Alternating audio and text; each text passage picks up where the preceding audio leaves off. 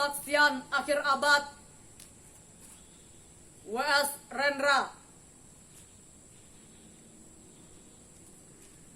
Ratap tangis menerpa pintu kalbuku. Bau anyir darah mengganggu tidur malamku. Oh tikar tafakur. Oh bau sungai Tohor yang kotor. Bagaimana aku akan bisa membaca keadaan ini?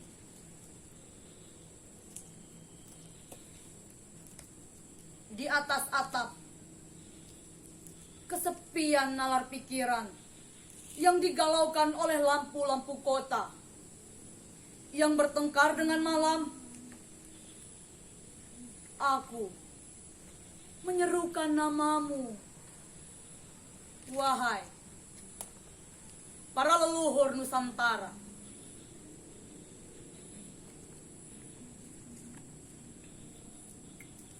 Oh Sanjaya, leluhur dari kebudayaan tanah.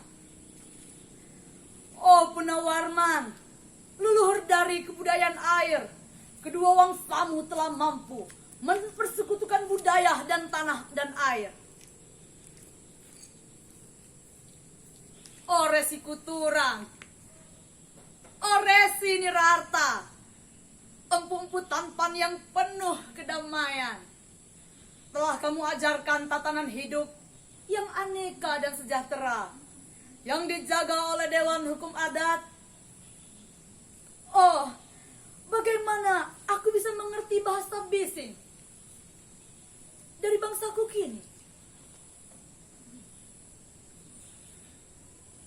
Oh, Kajal Lido, bintang cemerlang dari tanah Ugi, negarawan yang pintar dan bijaksana. Telah kamu ajarkan aturan permainan di dalam benturan-benturan keinginan yang berbagai ragam di dalam kehidupan. Ade, bicara, rapang dan wari.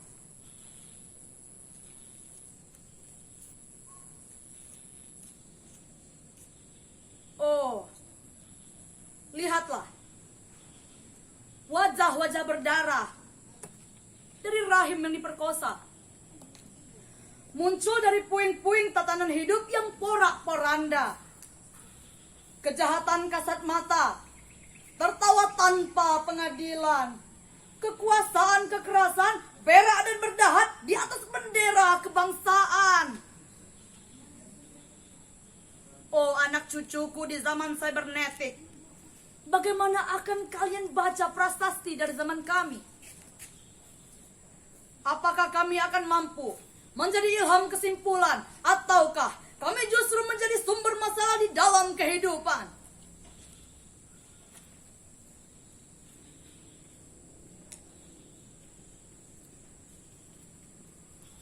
Dengan puisi ini, aku bersaksi bahwa rakyat Indonesia belum merdeka. Rakyat yang tanpa hak hukum bukanlah rakyat merdeka. Hak hukum yang tidak dilindungi oleh lembaga pengadilan yang mandiri adalah hak hukum yang ditulis di atas air. Bagaimana rakyat bisa merdeka bila polisi menjadi aparat pemerintah dan tidak menjadi aparat hukum yang melindungi hak warga negara? Bagaimana rakyat bisa merdeka bila birokrasi negara tidak menjadi aparat rakyat, melainkan menjadi aparat pemerintah yang berkuasa? Bagaimana rakyat bisa merdeka bila hak pilih mereka dipasung tidak boleh memilih secara langsung, wakil-wakil mereka di Dewan Perwakilan juga tidak boleh memilih secara langsung camat mereka, bupati, wali kota, gubernur, dan presiden mereka?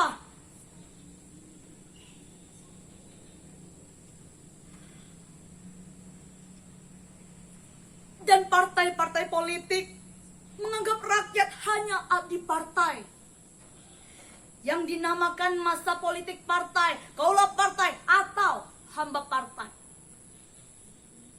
Bagaimana rakyat bisa merdeka bila pemerintah melecehkan perdagangan antar daerah dan mengembangkan merkantil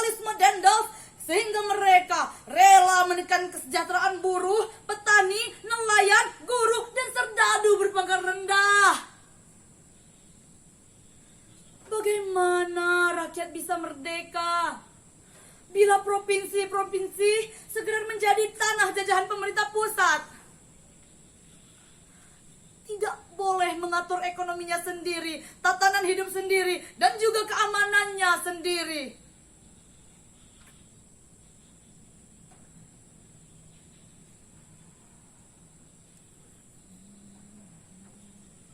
Ayam, serigala, macan, ataupun gajah, semuanya peka pada wilayahnya. Setiap orang juga ingin berdaulat di dalam rumah tangganya. Setiap penduduk ingin berdaulat di dalam kampungnya. Dan kehidupan berbangsa tidak perlu merusak daulat kedaerahan. Hasrat berbangsa adalah naluri rakyat untuk menjalin ikatan daya cipta antar suku yang penuh keanekaan dalam kehidupan dan memaklumkan wilayah pergaulan yang luas untuk merdeka bersama.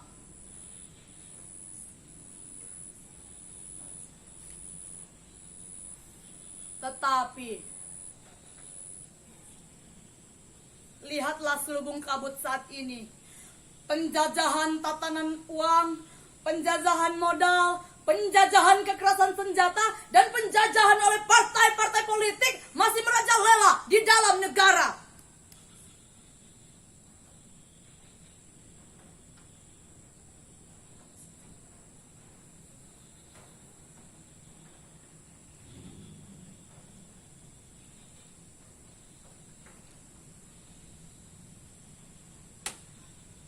Dengan puisi ini,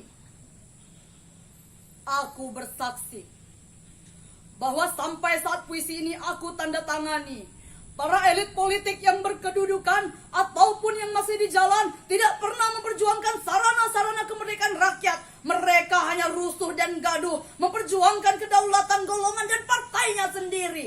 Mereka hanya bergulat untuk posisinya sendiri. Mereka tidak peduli pada posisi rakyat, tidak peduli pada posisi hukum, posisi polisi, ataupun posisi birokrasi. Mereka picik, mereka akan mendaur ulang malapetaka bangsa dan negara yang telah terjadi.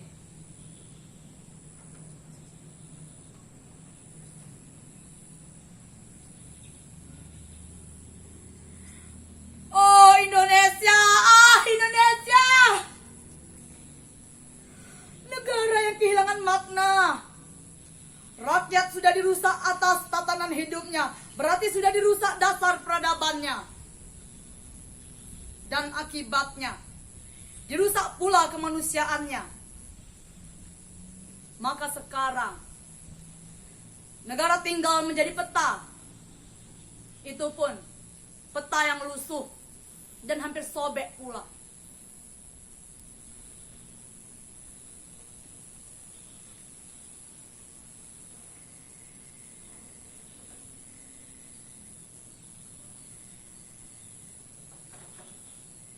Pendangkalan kehidupan bangsa telah terjadi. Tata nilai rancu, dusta, pencurian, penjarahan, dan kekerasan halal. Manusia hanya sekedar semak belukar yang gampang dikacau dan dibakar. Paket-paket pikiran yang murah dijajakan. Penalaran amarah yang salah mendorong rakyat terpecah belah.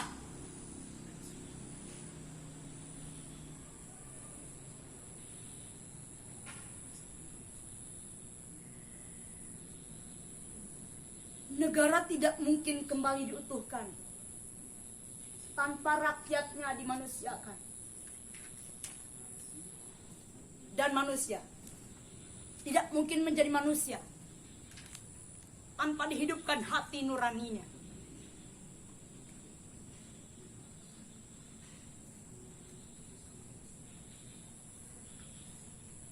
Hati nurani adalah hakim adil untuk diri kita sendiri. Hati nurani adalah sendi dari kesadaran akan kemerdekaan pribadi.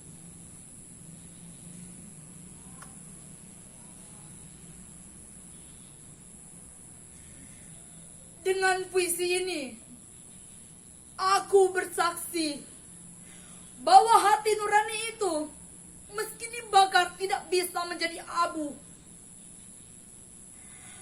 Hati nurani senantiasa bersemi, meski sudah ditebang, putus di batang.